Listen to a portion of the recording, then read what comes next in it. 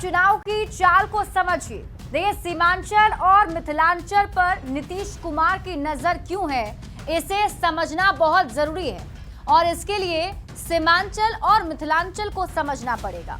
देखिए, सीमांचल के अंदर 4 जिले हैं, जबकि विधानसभा सीट की अगर बात करें तो सीमांचल में इन 4 जिलों में 24 विधानसभा की सीटें और उसी तरह से मिथिलांचल में भी 7 जिले आते हैं और मिथिलांचल के इन 7 जिलों में विधानसभा की सीटों की संख्या 60 है।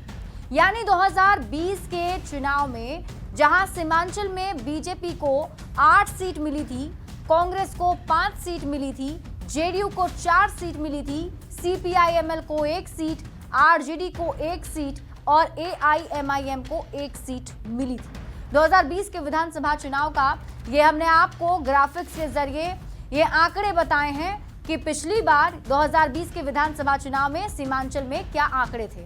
बीजेपी को 8, कांग्रेस को 5, जेडीयू को 4 सीटों पर जीत मिली, सीपीआईएमएल 1 सीट पर जीती थी, आरजेडी 5 सीट पर और एआईएमआईएम को भी 1 सीट पर जीत मिली थी। 2020 के चुनाव में सीमांचल में बीजेपी को 8 सीटें मिली थी, कांग्रेस को 5 सीटें मिली थी, जो ये आंकड़े आपने देखे।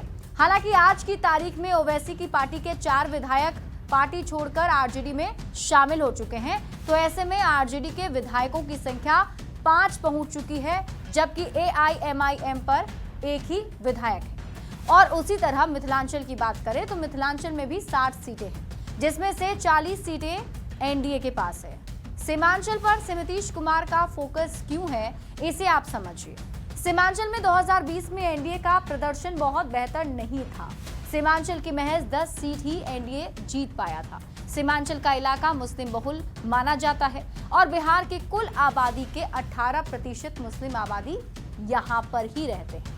सीमांचल पर नीतीश कुमार फोकस इसलिए कर रहे हैं कि नीतीश कुमार को मुसलमान समाज के लिए उन्होंने बहुत काम किया है। सीमांचल में नीतीश फैक्टर भी काम करता है और सीमांचल के इलाके में जेडीयू को वोट मिलता रहा है। सीमांचल में 2020 से बेहतर रिजल्ट चाहते हैं नीतीश कुमार, जबकि मिथिलांचल में नीतीश कुमार एनडीए को और ज्यादा मजबूत करना चाहते हैं और यही वजह है कि नीतीश कुमार की तरफ से लगातार सुपर एक्टिव मोड में काम किया जा रहा है।